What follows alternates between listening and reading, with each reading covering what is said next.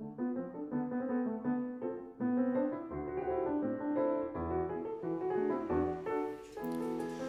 everyone, I'm going to do another tutorial for you today. I've been playing a bit more with Lua and stuff, and I wanted to show off some of the really powerful features the language has, and some of the ones that make it really the one that's given me so much interest to me as well beforehand.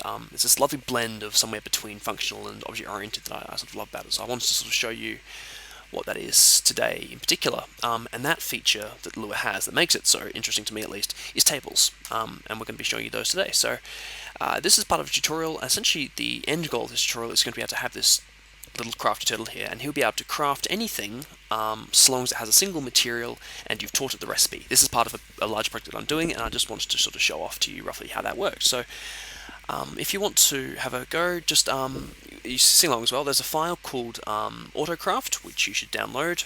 It's in the description of the video, so just download that and just put it on your turtle. And you just build a crafting turtle, just like this one. So it's just a simple crafting turtle. So just a regular turtle with a crafting board next to it, and then just put a chest beneath it. That's it. That's all you need. So just you can do that. So set that up if you need to. I have this already set to go, of course, so you should be fine. So anyway, as you can see, I already have my copy of AutoCraft in here as well. So I'm actually going to first off. Let's talk about tables first and about what they are. So first off, what are they? So a table is essentially it has a lot of different names in other languages. Sometimes they're referred to as lists, as dictionaries, as arrays, probably most commonly as arrays, and various other things as well. And they're essentially what we call a sort of a container, or some sort of way of being able to store things in memory. In a dynamic way, which is something that we can't typically do otherwise. So the reason we have them is because, think about, for example, we have things like x equal to 1, y is equal to 2, z is equal to 3. What if we have like 10 values that we want to put in? We have to keep on naming more and more variables. What if we have 20? What if we have 100? What if we have 1,000? What if we have a variable number? Like as in we can't know, we don't know from the start of onset of a program or when we start programming how many we're going to require. Having one program handle those all as variables is between difficult and impossible, and certainly not worthwhile. So that's why we don't use variables for all our memory operations. Instead, we use tables. So a table looks something like this. We're just going to call this table T, and a table is usually initialized looking like that. And there we are, it's just an empty table. Now, if we want to, we can put things in our table, and we can put in our table anything that you could put into a variable. So, 1,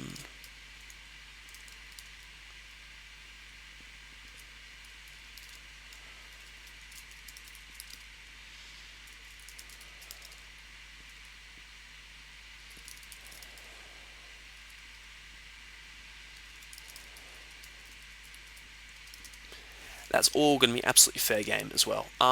In fact, you can even put tables inside tables as well. Perfectly legit as well. A whole bunch of stuff in that table there. Sorry, we can move that to 2 different lines, make that a bit cleaner. Doesn't help much, does it? There's our numbers, our function, and then there's our second table. And if you want to, we can print these things off. So you can see here that when we're storing our variables, we put them in. So the first question I suppose that springs to mind is where are they being put? So a table will essentially automatically index any data you put into it in this regard, where we haven't given it a manual index, and that we put into various values sort of sequentially. So the very first thing that's put in obviously is going to be number 1, and that's going to be stored in index 1. So if we want to access an index in our table, we go T1 like that, and that will return the value that's in index 1. So if you just want to practice that now, print T1, and try this for the values that you put in. So oops. Just just play around, try adding a few different ones. You can even print out the tables or the functions if you want to. They're not very interesting, but you can do that if you want to. You can put anything you want to here as well. What if you want to print out all the values? We can do that. We can go for I is equal to 1 table. T rather. Do print T of I. So because we're putting them in a sequential index, like I say, this is going to be 1, this will be 2, this will be 3, we can actually just go through from 1 to what this is here.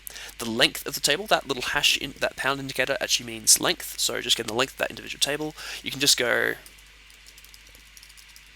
I think that's how it goes. Something like that if you want to be longer about it, but that's much faster. So just go like that, which is okay, and then we can just go table, and that'll give us all the values that are inside our table. So you can see it's got those numbers along with the strings and the function and the other table as well. So you can actually access those all individually. If you want to insert something into a table after you've initialized it, you can do that too.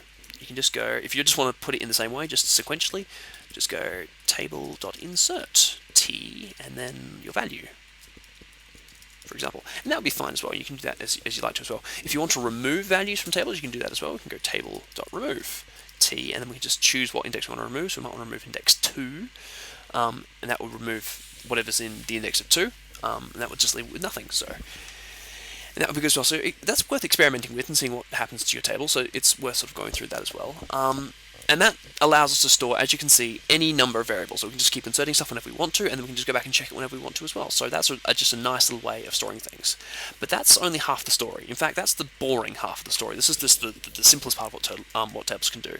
They're actually much more interesting than that. So you can see here that we're usually assuming that a table has an index like 1 is equal to 1, 2 is equal to 2, 3 is equal to 3, for example, and we're always using that numerical index there as well. Oh, also don't forget the commas there, that's very important. So these numerical indexes are really important, and we use them all the time. So if we want to go like T1 or T2, and we can actually set the index manually by going, T5 is equal to, that's fine too. You can do that. And that's how we access these values, but there's actually more to them than sort of initially appear, because we're using numbers here. They don't have to follow in sequential order. That's fine too. And then if you go T, you might think that would throw an error. But oh, whoops, that did throw an error. Ah, yes, of course. Again, don't forget those commas. They're really embarrassing error to make those. If you want to, if you can just add semicolons if you prefer to everything that you do, that works as well. But yeah, it's your call there. Anyway, now it doesn't throw an error, even though you might initially expect it to. But you don't just have to have numbers as your indexes either.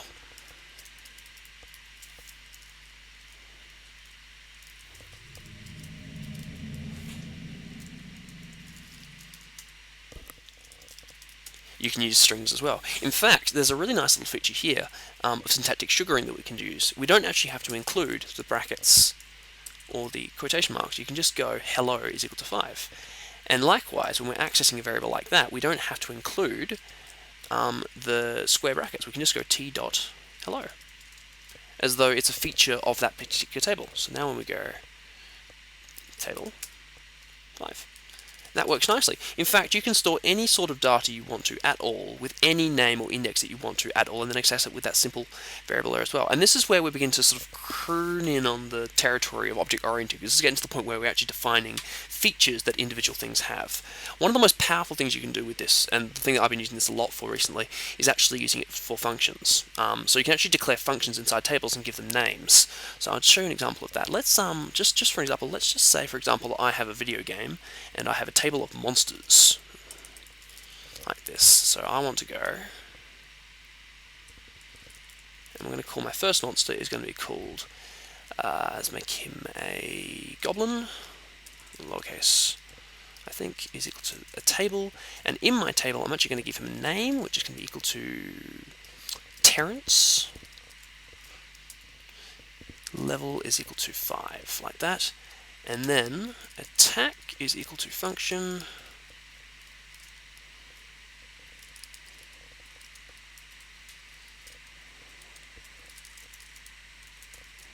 there we go, and that'll be fine. Like that. And that's perfectly legitimate. In fact, that's one of the things that makes it so useful. Let's try adding a second one. So you can sort of see the thing we're going here. Let's just add one of your own, whatever you like. It would be good to keep the same format though, so keep the name, level, and attack as variables. So we're going to go COBOL this time. A little bit too much D&D recently. Name is equal to, I forget his name, it was Dinky or Dinkin or Durkin or something, I don't know. Let's go with Durkin. It's kind of a cool name for a COBOL. 4 attack is equal to function print, or just whatever. You can be clever about that. In fact, you can do whatever you want to in that function. I don't really mind. And now let's say I want to see through them. So let's just go. If I want to iterate through them, do them all together. You can see the issue is unfortunately they're not going to index, so I can't use a for loop anymore, can I? In fact, I can. This is very cool. Watch this. So it's going to be for key values in pairs. I think it was monsters was the name of our table. do just check that. Monsters, yes. Right. So, this function here, pairs, will actually go through one by one each individual value in your table that you've declared. So in this case, I have 2, which is going to be Goblin and Kobold. The key is the name which I've given them, so that's the thing here that's actually the key. So that would be, if you think about it being like this, for example, it would be that value that's being used to index it. Again, that's exactly the same as the previous notation. It's exactly the same. Or we can use something like that, so that could be a number or whatever. That's our key, and the value is whatever's being stored in that. So in this case, you can see here they're actually going to be a table. So let's just print key the name. No, sorry, I want name. So I actually want to go values.name. So I'm going to access the name value of the individual table that we're accessing. Then we're going to include the here. The key. So that's going to print out, for example, Dirk and the Kobold.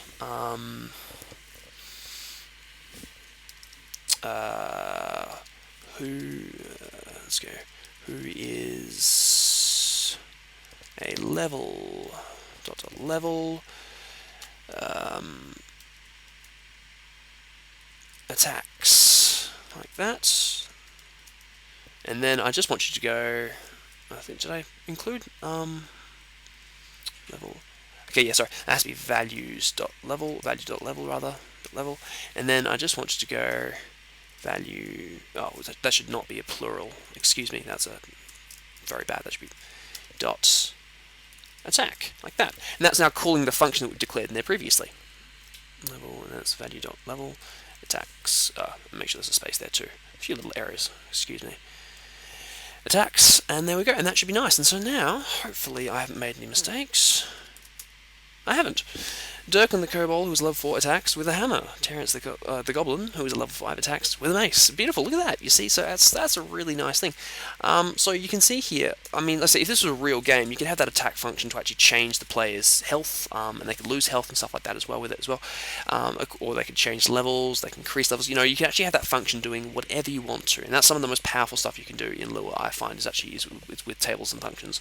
Being able to declare dynamic functions that change. You can even declare functions, programmatically, and it's just, so that I think is what makes Lua one of the more powerful languages I've used in quite a long time, and one of the features I like about it the most, because code that can be just horrible to write in other languages is just so clean and elegant in Lua, which is wonderful. Anyway, I'm probably waffling. Let's get on to ComputerCraft, because I think I've put this off for long enough. So we have a situation here where essentially what I'm going to do is my program, if you try running it for a second, I think it should have a bit of a front end. Okay, we do. So it's actually what this is going to do now is going to ask for you to type in something, so you can like wood or sticks or whatever. I think stick is included. It is, yeah. And it's going to ask you to put materials into slot 1. So in this case, you would have to put in 2 bits of spruce, and then it should just break and do nothing, which is fine as well. So we're just going to break out of that for the moment. Whereas if you give it a recipe it doesn't know, I should have done that actually. Like, I don't know, Terrence the Kobold. Okay, it won't find that. So yeah, it doesn't know the recipe. So, alright, so the idea is, what we're going to do is, using tables, we're actually going to write our own recipe, and then we're going to teach the turtle using inventory management how to do that. So this is 2 slightly convergent topics, but that's okay. Again, the focus here is on the power of tables. So I have included a bit of documentation here, so these comments are here as well, just indicating how they work, so you can read through that if you want to. In fact, I recommend it. But I'll talk through it now. Anyway, so you can see here that we have recipes, which is a table. Probably have a bit of space there. And this includes its own tables that are indexed. So in this case, I have, for example, one recipe, which is stick. So stick here has a few different attributes. It has count, which is in this case going to be equal to 2, and that is going to be the number of materials required to make it. So it knows whenever you ask to build stick that you have to put in 2 bits of material. And this map here, now this map here is pretty important. This is another table, so you can see we have 3 tables now. And inside this table, you can see we've got trues or falses indexed by numbers. Now these numbers actually correspond to indexes inside our turtle's inventory. So this one, for example, is 1, 2, 3, then we strip to 5, because see, even though we only require that 99 grid, we actually have 16 slots of work. So we ignore 4 and 8, and we just go straight to these ones here. So we're going to focus on 1, 2, 3, then 5, 6, 7, then 9, 10, 11. You can see here 6 and 10 are true, so it means it would create a recipe that looks like that, which we then use, of course, to make sticks, as we've all done thousands of times before in standard Minecraft. So and then we're going to teach the turtle essentially how to do that. So first off, let's actually build another recipe. I think is now's a good time to do that. So we're going to make a new one. So add a comma to the end here, and this one is going to be called chest. So this is going to be able to use in wood. So and this is only a single ingredient for the moment. We'll talk about multiple ingredients later. Now, building a chest is, of course, this recipe here, like that. So if we want to do that, I think there is a fast way to do that. We should probably learn it. First off, our count is equal to 8. It requires 8 bits of material, and our map is this. So essentially, if you have a text editor, I would do this in text editor, just copy paste at this point. This is equal to, of course, true. Now, you don't. Again, you can index it automatically if you want to, and our program should be written to be able to design it. So you could just type in true, true, true, false. I've done it like this to make it a little bit easier for you to read and to understand, because otherwise, I understand that it can be a little bit difficult. So hopefully this helps. And then we're just going to go.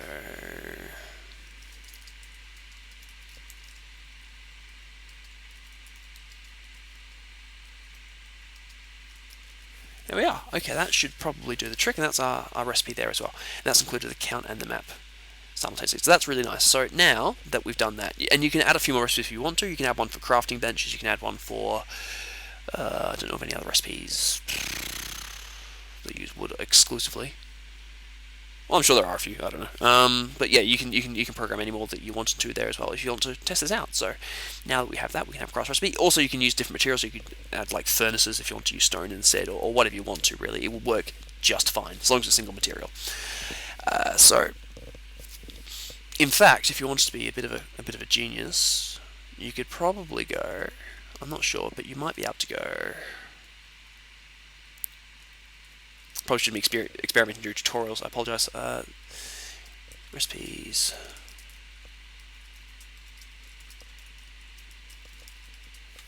That should be okay as well. So you should be able to actually have duplicates there. I'm not certain, so you can ignore that line if you want to. I'm not going to test it, but it might work, so you never know. Anyways, so let's get on to the crafting recipe thing. So this is where we actually have to do the important stuff, where we actually craft the recipe. So in this bit of code, essentially, you now have all the wood. For example, just you can sort of assume here that you have a bit of wood here that you need to require the craft recipe, and you now have the map, which is this recipe map here, and that's a list of indices that are either true or false by default. So what we're going to use some table methods to actually go in and use some turtle functions to actually do this. So at this point, we have three stuff. So the first thing I would probably do is drop all of it. So I would then first go is turtle dot drop down 3, like that, which is good. Okay, and that would use the index here as well for that as well. So actually, if you want to test this, sorry, recipe map. Actually, I apologize. This is incorrect. That should really be the recipe. Whereas I think, sorry, just change this quickly. Just wherever you use recipe.name, just change this like that. Yeah, that's better. Just take the map out because it needs to have the whole thing. I apologize for that. So where we're dropping down 3, that's of course wrong. You actually want to go recipe.count there. So that way you're using the dynamic count inside the table, as you can see there. For example, in chess would be 8 or whatever. So you would drop that amount, of course, down into the chest. Or if you want to be, a bit more of a wise guy about it, you can just go turtle dot inventory. Sorry, get item count. That would work too. But right now I'm actually going to go recipe.count because I think it's smarter. There we go. Alright, so that should be fine. So if you want to test that now, just go, if you want to remove this rename thing here, just comment that out. And then just replace that with craft recipe. I think that was the name of the function. It is. Excellent. Okay, so now when we go autocraft. Nope.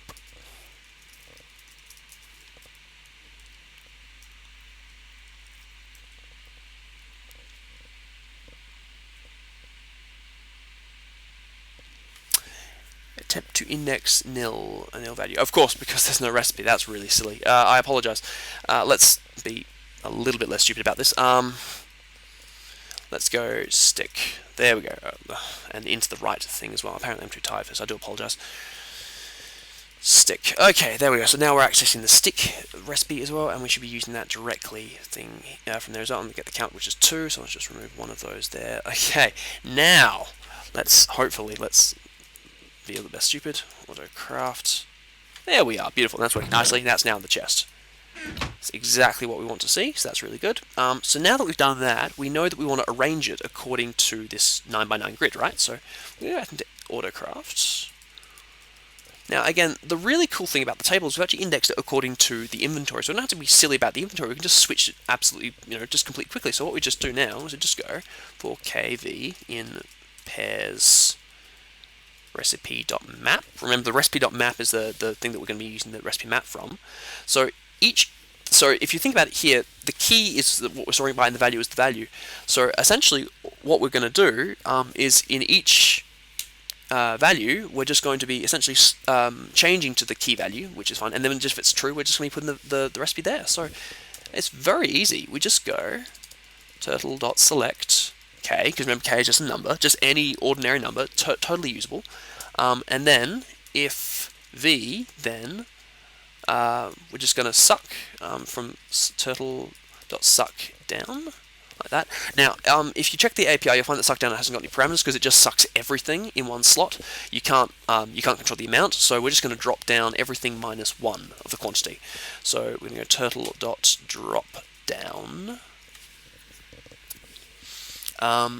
Essentially, this is going to have to be turtle.get item count of k minus 1, because of course k once again is the value that we're using, and that'll just drop down everything except for 1, so that'll just leave 1 in its slot. So for example, if we had 2 here, it would just switch to, it'll now switch through our individual sets here. If v, then it's just going to select, so for example, once we get to 6, it's going to select 1, 2, 3, 5, 6, it'll get there, it'll then suck down both, and then it'll just drop the item count, which is 2 minus 1, which is 1. And that'll leave 1, and then of course to get 1 minus 1 is 0, so that'll leave the second one there nicely. And then, once we've done that, we've actually prepared our ingredients in 6 lines. Sorry, in, I don't know, 7 lines. Incredibly quick. Very, very easy. And then all we have to do is just turtle.craft. And then turtle.drop. Or turtle.drop down if you want to feel sort of really smart about it. That's it. That's really all there is to it, I think. And you can see that we had just saved ourselves an enormous amount of trouble. Imagine trying to do this without tables, trying to go through every single individual thing. It's a huge task, and we've done it in, again, that's 8 lines. That's just amazingly elegant. They're really excellent. Really, good programmers would know how to use tables very, very well. So, all right, we're actually going to include the 2. We're going to test it.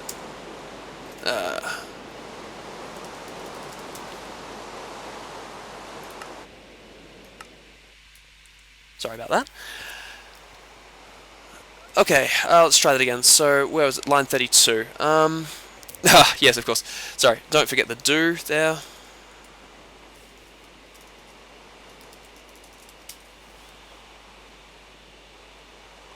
That's it.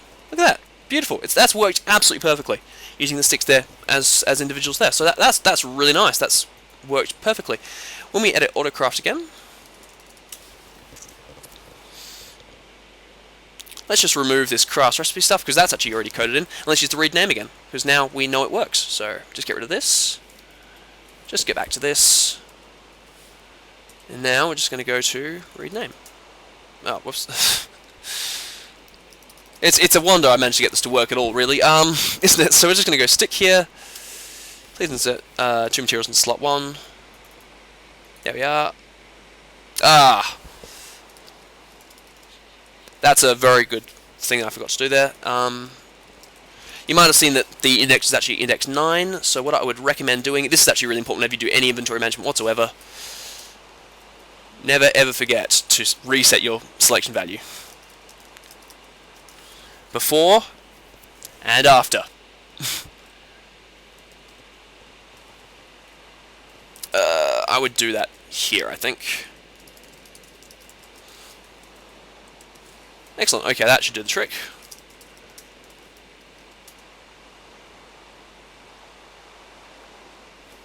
Beautiful. Let's try it again.